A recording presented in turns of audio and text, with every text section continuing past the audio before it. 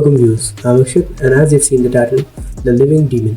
This is a video about a criminal who made me extremely cautious about my surroundings and blew my mind away that how cruel can a human be towards its own species. While researching for this video, I was doomed with the extreme brutality and inhumane activities and crimes done by the subject of this video, Peter Scully.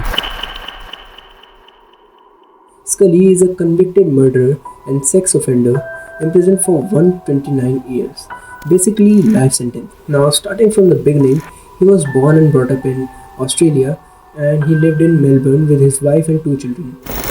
There were no charges at him or he wasn't at all suspicious, but the people who were really close to him remember him as a suspicious person. But for these statements, there were no direct reasons either by the neighbors or the relatives. Now, he had a teenage girlfriend, Ling. Scully kept relations with her as a sugar baby, Ling being a sugar baby, and Ling was from Malaysia.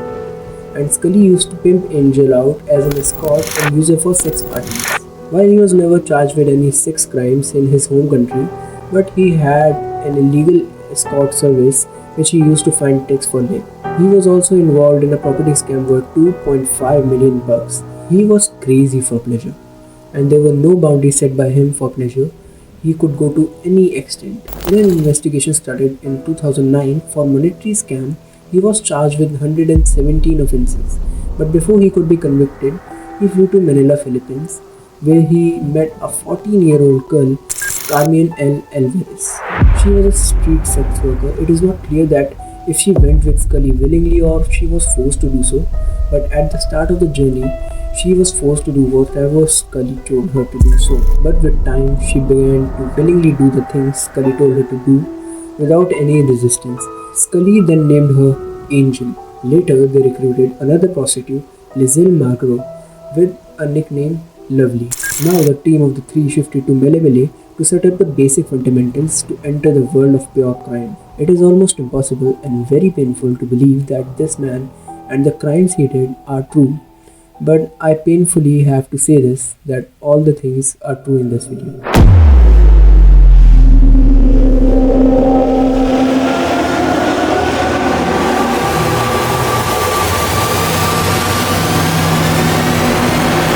Now, the base of the crimes he did was dark web, and I've already explained in this video about dark web and each and everything even a professional user might need. So I'm not explaining that much again. So a thing far below the Burgi web around the charter web, it is called Hurtcore. Yes, it is a thing, Hurtcore. It is an extreme form of child pornography involving deadly extent of violence, bodily harm and murder related to child sexual abuse. It is so extreme that most pedophiles refrain from this genre of pornography. This is the most extreme case of abuse I have ever researched about. I can basically make 4 videos on just Hurtcore. It is basically a yarn of information and case files which once opened will be a great mess to handle. Peter Scully was a producer on a Hurtcore related site on the dark web known as Hurt to the Core. Hurt to the Core was run by Lux, who lived in just outside of Melbourne. Lux was only in charge of the site Hurt to the Core. He did not produce any child pornographic videos but handled all the videos which were uploaded and deleted. He lived in a normal family by which the investigation of the police made his father the suspect. But eventually before the raid and the arrest, the police suspected that Lux was a 20-year-old boy, and on the day of the house raid, the police took away his hard drives and his laptop and his phone. He willingly gave his phone with the password thinking he watched up everything suspicious about himself, but this was his biggest mistake as his phone's deleted cache had 3 images, 2 images of her dead babies and 1 image of an old man standing on the baby. The old man actually was Peter Scully, and it was clear that the 21-year-old Matthew Graham was Lux.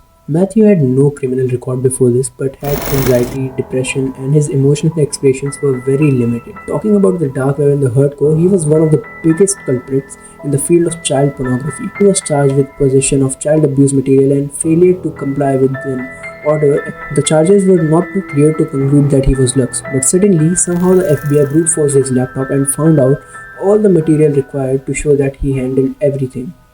He also made a dumb mistake of telling someone on 4chan that he was Lux. When he was caught, he was on the peak of his career, owning a bunch of similar sites collectively called the Pedo Empire, which were all receiving at least 500,000 visits a day. He also said after being arrested, "Well, it looks like this empire hasn't fallen yet." To any law enforcement agencies reading this, F you.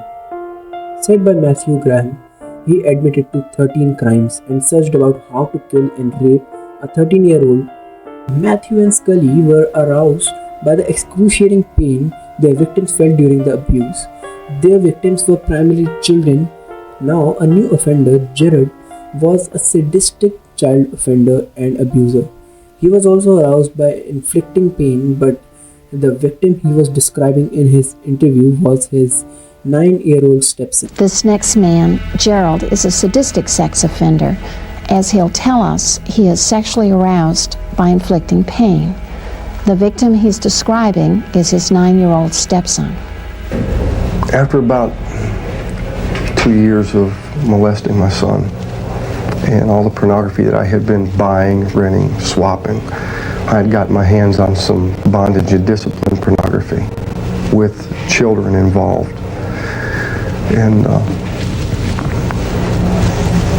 some of the reading that I had done and the pictures that I had seen showed total submission, forcing the children to do what I wanted.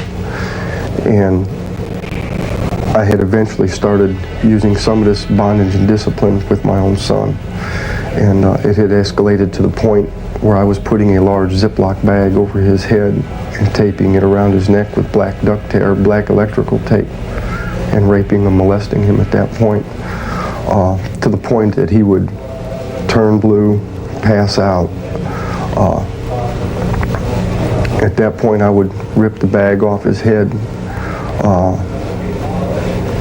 not for fear of hurting him, but because of the excitement. I was extremely aroused by inflicting pain. And when I seen him pass out and change colors, that was very arousing and heightening to me. And I would rip the bag off his head, and then I'd jump up on his chest and I'd masturbate in his face and make him suck my penis while he was, as he started to come back awake. While he was coughing and choking, I would rape him in the mouth.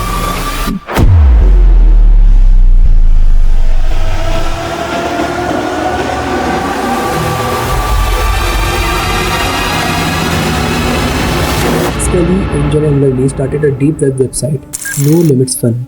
Scully used Angel and Lovely to lure children into the production of these videos, and these victims were poor, malnourished children whose parents were not able to feed them. The parents sold their kids for as low as $1 and a pack of bread. The parents thought that at least their kids would get a better life, but little did they know their children were abused beyond comprehension. The acts the crew performed on them were extremely inhumane. A few years later, in 2012, Scully asked Angel that if they could recruit some street children. Angel suggested her own sister, but Scully thought it was a better idea to go out and find unknown children. Angel did as he said and recruited Rose and Amber. They were roughly of age 9 and 10, but the things they went through for the first 5 days weren't for their age. On the first day, Scully forced them to take bath while he videographed them, and they were kept nude with dog collars and chains throughout their activities. Next morning after breakfast, Scully made Rose and Amber dig a hole. The hole in the ground was kept about a meter long, and the little girls were made to do this every day. He also made them kiss each other and have oral sex while he videographed them. Angel tried to lower the screams of Rose with a pillow while Scully continued to abuse her. This happened repeatedly. On the evening of the third day, Rose and Amber were forced to drink alcohol. They both passed out, and the next day they woke up in the same hole which they were digging for 3 days. Apparently the abuses were so brutal that Peter and Angel thought they both died. But unfortunately, or Fortunately, they were alive. Unfortunately, because they were took out and abused again. The two kids were clueless about why they were digging the holes. They were abused, but why the holes? So they were forced to dig those holes as they could dig up their own graves. They were humiliated and violated to an extent at which Rose wanted to kill herself, but Scully continued to abuse her.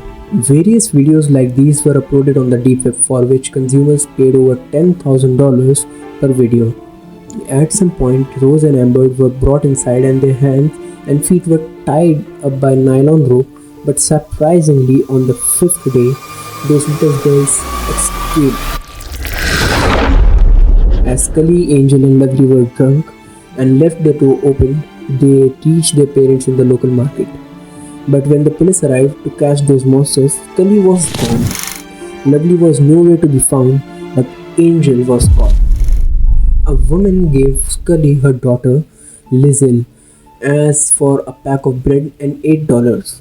But the next day, with the heavy feeling of selling her daughter, she went to Scully and took her daughter back, but found out that her 8-year-old daughter was beaten and raped repeatedly. Two more girls given to Scully named Barbie, age 12, and Daisy, age just 18 months old. These three girls were related, and they were also subjected to the same treatment given to Rose and Amber. But Barbie was forced to torture the other two younger ones in every way possible. This was also posted on No Limits Fun. Angel and Lovely appeared masked in this video. Scully used the youngest of them all, Daisy, to make a series of videos called Daisy's Destruction.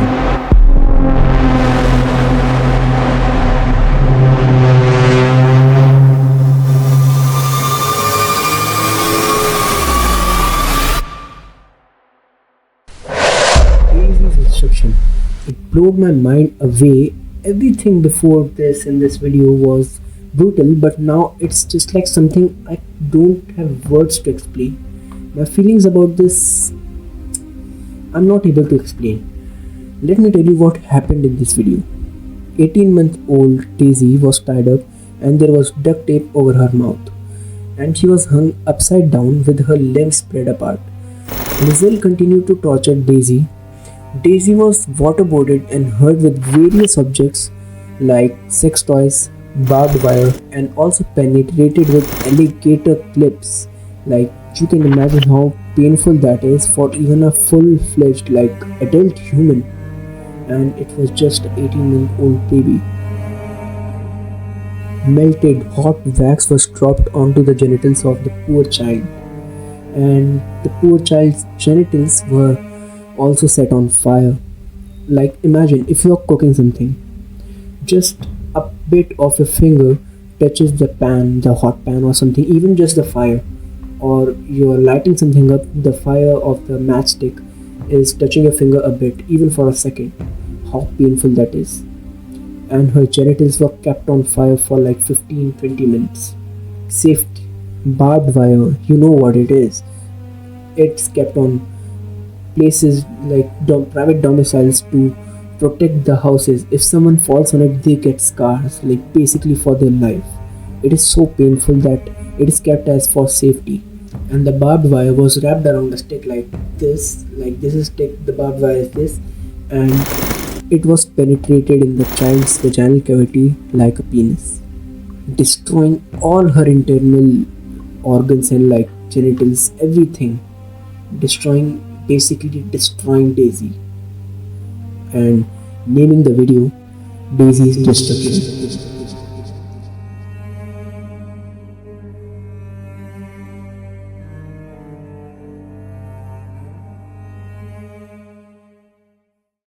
Hurtcore fans and pedophiles paid to watch this video all across the world.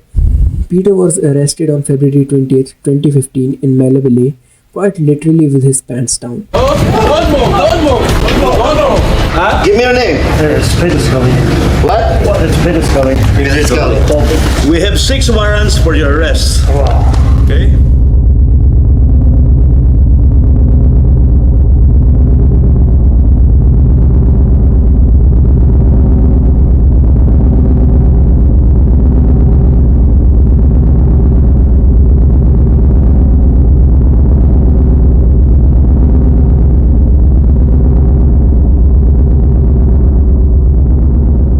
Now finally, here comes the end of this video.